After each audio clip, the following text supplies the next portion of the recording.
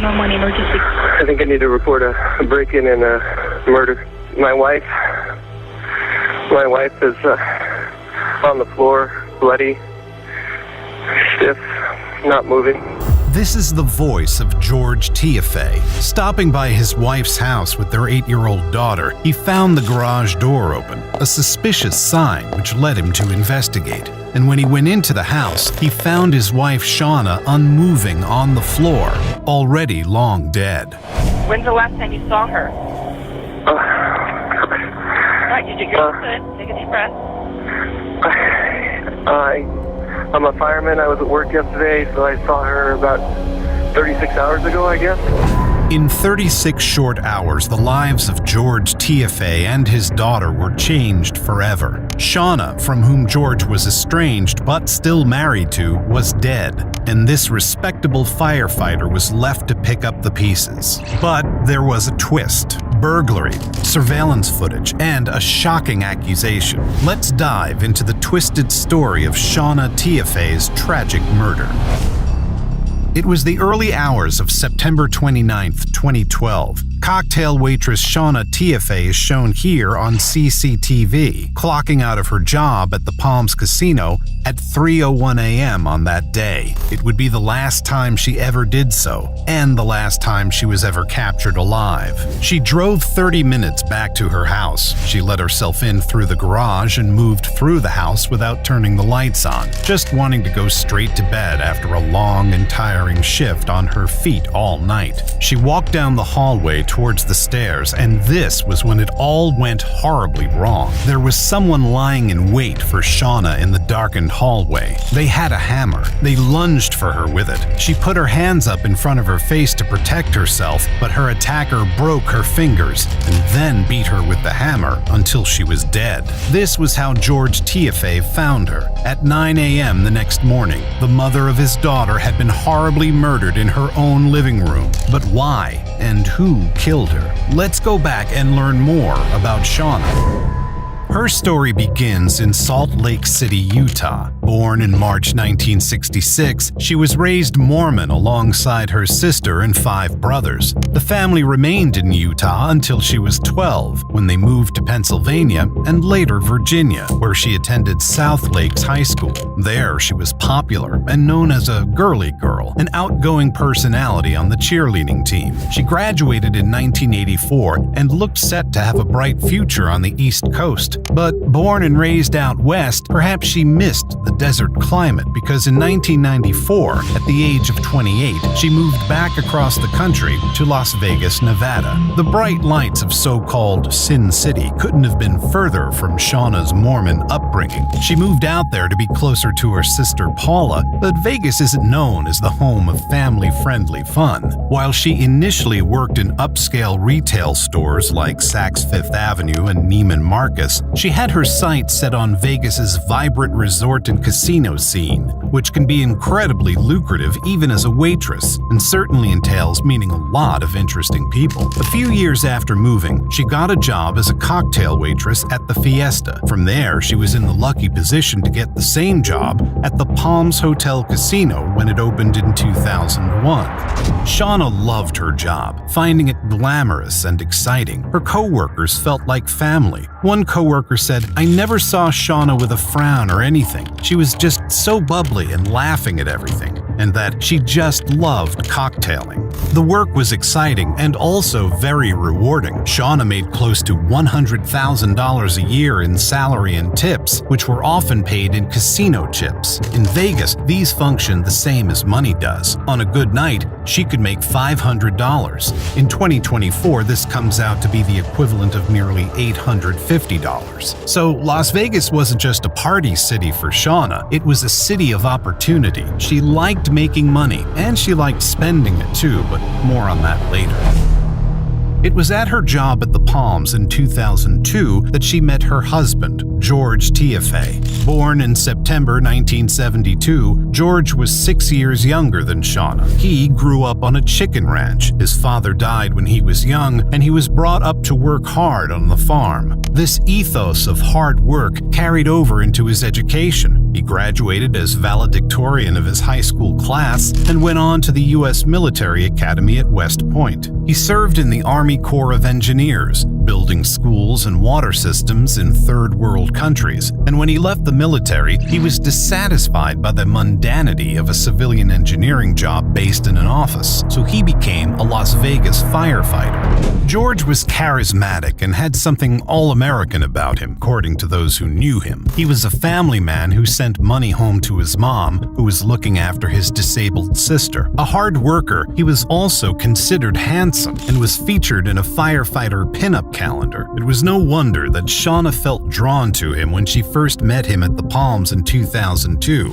and no wonder that the two hit it off. 1 year after they first met, their daughter was born. Another 3 years later, they got married in Hawaii, a picturesque beach wedding, on March 16, 2006, 3 days after Shauna's 40th birthday. The photos display a happy couple enjoying their time together, picture perfect, with no hint of the tragedy to come.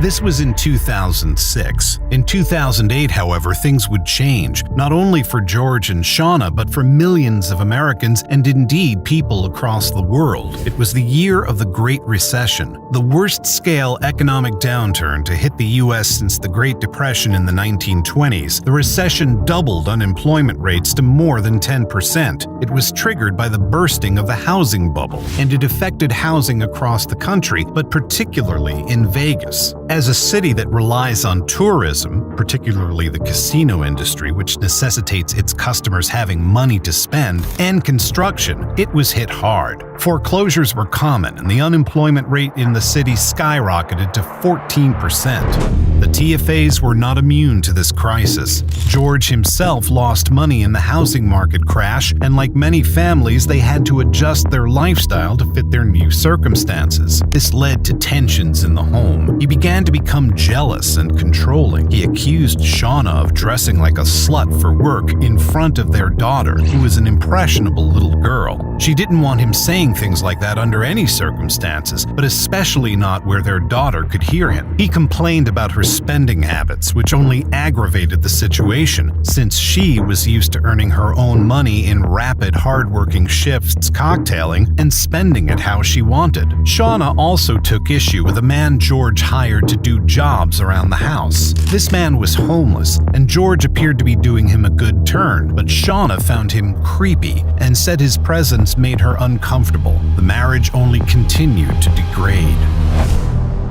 They'd been together for a decade and married for 6 years when Shauna decided she'd had enough and finally moved out of their family home. It was April 2012. Their daughter was 8 and they began sharing custody, but it was difficult since Shauna continued to work long nights as a cocktail waitress and George's shifts as an EMT and firefighter were just as long and arduous. As a result, their daughter spent a lot of time with George's mother, who lived in the nearby area. Perhaps it was for her daughter's sake that Shauna wasn't ready to give up on the marriage, or perhaps it was that she was an idealist who'd achieved her dreams of working among the bright lights of Vegas and she couldn't surrender her handsome, charismatic husband or the beautiful family he'd provided her with. She carried an optimism with her, and she convinced George that they should see a marriage counselor. They spent the summer trying to work on their marriage, but in early September things started to go wrong in Shauna's life. Her townhouse was burglarized. Someone broke in and used her shower and stole her wedding ring and a pair of her bathing suit bottoms. The burglar also left something behind, a pair of boxer shorts, size small. The break-in was understandably terrifying, but Shauna, forever the optimist, made no security upgrades to her house, believing that lightning wouldn't strike twice. She was wrong. The early morning of September 29th was only 3 weeks later. She left work at 3 a.m., tired and stressed about her marriage, parenting her 8-year-old daughter, and the recent burglary. She didn't have the energy to be vigilant, and she couldn't have expected that someone would be there, waiting in the dark with a weapon, waiting for her. The wound in the side of her head was so deep that the paramedics, dispatched after George's desperate 911 call, initially thought she'd been shot. This had been a deliberate and uncompromising act designed to kill. The police were immediately suspicious of George. In cases of marital strife, the husband is usually the prime suspect, but George had an alibi, as he'd explained to the operator over the phone and also to the police, who interviewed him at the scene. She was lying on the floor. Okay. And she was covered in blood.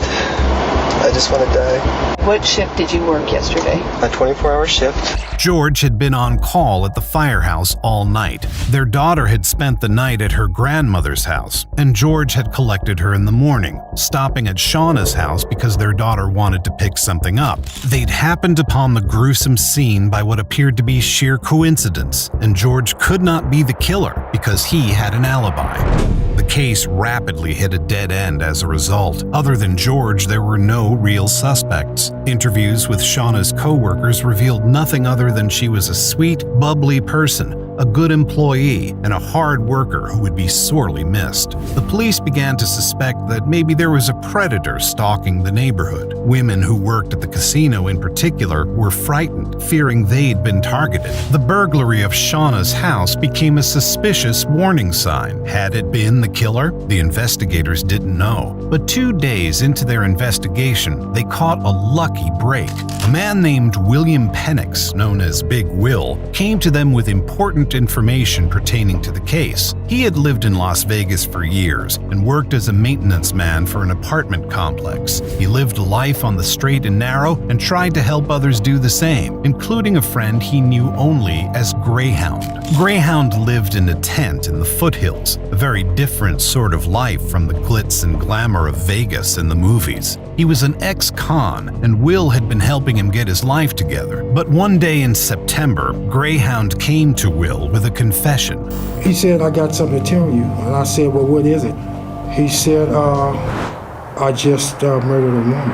According to Will, Greyhound hadn't even seemed to feel guilty about it. He'd seemed satisfied with the fulfillment of a task, the promise of a reward. He said he'd hit the woman over and over with a hammer until the hammer broke. So Will called the cops. Initially, they were dubious. As a lead in the investigation, it seemed too easy to be true, but they followed it up anyway. Greyhound was known to steal food from an Albertsons grocery store, so the investigators went there with Will to find out where he'd last been seen. Will also knew that Greyhound sometimes sold drugs at the gas station next door, but they didn't need to talk to any witnesses to find him in the end. Will spotted him right there on the street. The cops approached him. He had drugs in his possession, which enabled the investigators to take him back to the police station.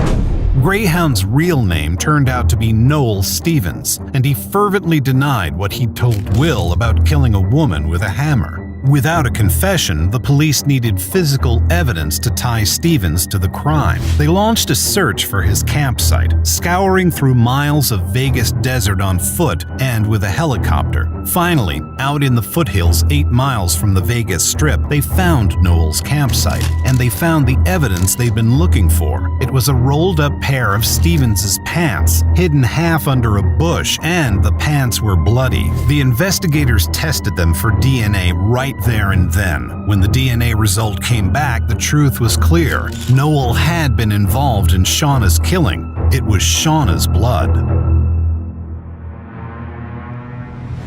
They could leverage this in Noel's interrogation. They told him that someone had come forward, telling them that he'd killed Shauna. They were stretching the truth, since of course Will didn't know who Shauna was, but the technique worked. Noel confessed. He had hidden in Shauna's house, lying in wait, and attacked her with the hammer when she came home from work in the early hours of September 29th. But there remained a problem. Why? Why would this homeless ex-con even know who Shauna was, much less have a motive for killing her? The police examined Noel's cell phone for clues. What they found there would shock them and turn the whole case upside down. They found George Tiafe's number. They asked Noel who George was, and Noel said, "That's my friend, the firefighter." He said George sometimes paid him to do work around the house, and the pieces came together. Noel was the homeless man George had brought around to do domestic tasks, the one around whom Shauna had felt so uncomfortable. Her killer had been known to her. Worse, she'd sensed he was dangerous. So how was George tangled up in this? The day of the murder, Shauna's sister Paula had held her own suspicions. She and her husband called George when they found out about Shauna's death, and they recorded the call. Hello? George? Yes, This is Paula. Can you tell me what's going on? Shauna passed away. And what did they do to her? I don't know, just laying on the floor with blood.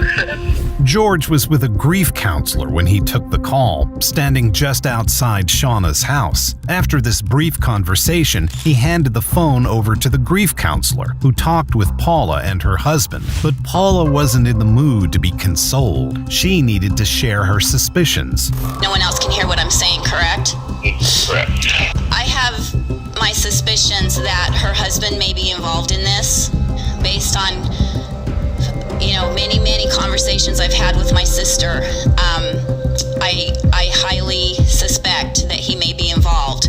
Now, initially this wasn't taken seriously, simply because George had such an ironclad alibi for the time of the murder. It was easier to blame a homeless ex-con like Noel Stevens than an upstanding citizen, a firefighter like George Tiafe. But the two seemed to be connected. Investigators discovered on Noel's cell phone that he and George had called each other 87 times in the last month. This was far more than a friendly acquaintance. They'd first met when they were living on the same street. Before Noel moved out into the desert, he'd been living with his sister only a few doors down from George and Shauna. They got to know each other, and Noel began to do odd jobs for the Tiafes, which continued when he'd left his sister's house and became homeless. Noel idolized George, who was charismatic and put out an air of success despite his recent financial troubles after the housing market crash. So when George gave him $600 with the promise of thousands more to come to kill Shauna, Noel didn't say no. Noel agreed to do it. Initially, Noel told police they discussed staging an accident. Noel would hit Shauna over the head and then put her in her car, driving it into the wall. But an autopsy would reveal the blow to the head, arousing suspicion. They also talked about suffocating her with a plastic bag, but Noel worried that he could get scratched, leaving her body with his DNA. According to Noel, George floated the idea of committing the murder at the Palms and drew up a map showing where Shauna parked her car. But when Noel climbed the wall into the parking lot, he was startled by the high security presence, customary at a casino setting, and took off. Finally, the pair settled on Shauna's house as the best location to commit this callously planned killing. George gave him a key. Noel used this key to scope out the scene about 20 times, including breaking in 3 weeks before the attack. This was the mysterious burglary when he stole her jewelry and underwear. Far from a one-off break-in, this was a precursor to something far more deadly, organized and arranged by her own husband. Investigators found surveillance footage of George and Noel at Lowe's together, buying a hammer, a knife, and gloves a few weeks before Shauna's death. Noel then led the police to the spot where he buried the hammer itself. Noel's attack had been so violent that the hammer handle had snapped in two. It had a barcode matching Lowe's. Put together, this added up to damning evidence of George's own involvement. 9 days after Shauna's murder, on October 8, 2012, the investigators confronted George's family with this evidence. They were horrified and disbelieving, and after the meeting, George's sister called him, presumably to tell him what the police suspected. George dropped his daughter off at his mother's house and took off in his truck immediately, speeding through city traffic onto the Summerlin Parkway. He floored it to 90 miles per hour and accelerated into a barrier, hitting it headlong. There were no skid marks, and it was believed to be a suicide attempt. He survived because he was wearing a seatbelt. Lying in his hospital bed, George Tiafe was charged with his wife's murder. At the police station, Noel Stevens was also charged. He pleaded guilty in 2013 and agreed to testify in a deal that meant prosecutors would not seek the death penalty against him. But for the prosecution to prove that George had been the instigator, Noel would need to make a convincing witness. He had a stutter, brought on by stress, and Big Will confessed that sometimes he didn't believe what Noel said, but Noel spoke spoke on the stand anyway. Are you just doing work for him, or is there something? Friends. What kind of things have you done together? We worked out, stuff like that. He admitted that he'd been the one to break into Shauna's house and leave behind the pair of boxers, and that this had been a dry run for the actual murder. Who told you to make it look like a robbery? George did.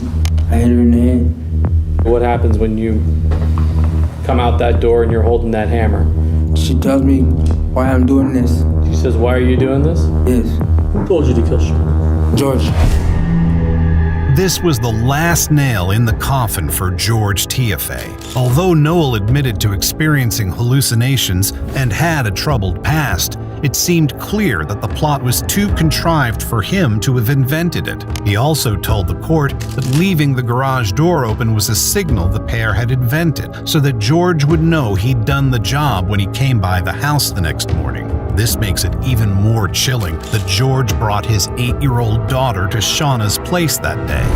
George did not take the stand, and the only witness in his defense was his sister, who testified to his good character and peaceful nature. This was not enough. On September 3, 2015, George was found guilty on all counts, including murder in the first degree. He was sentenced to life imprisonment in December 2015, but in 2017 he attempted to appeal. He wrote the 100-page handwritten petition himself, since his lawyer had quit the case, most likely as a result of what his appeal alleged, which was that he'd had ineffective counsel. He also argued that he'd been affected by drugs he was taking for an injury received in the line of duty as a firefighter, and had been told by God that he needed to kill Shauna in order to protect his daughter.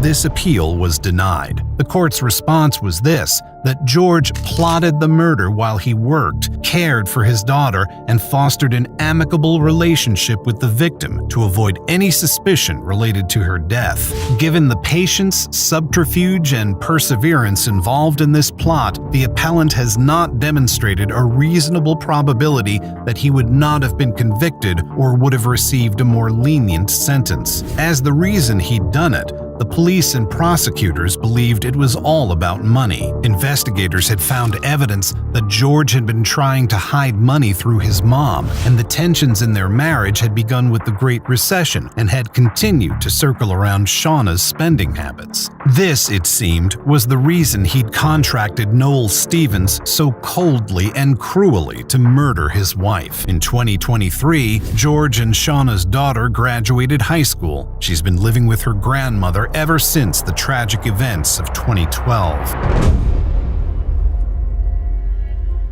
What do you think about this tragic story? Let us know your thoughts in the comments below. Until next time, stay safe, keep up with our channel, and we will see you very soon on The Decoder.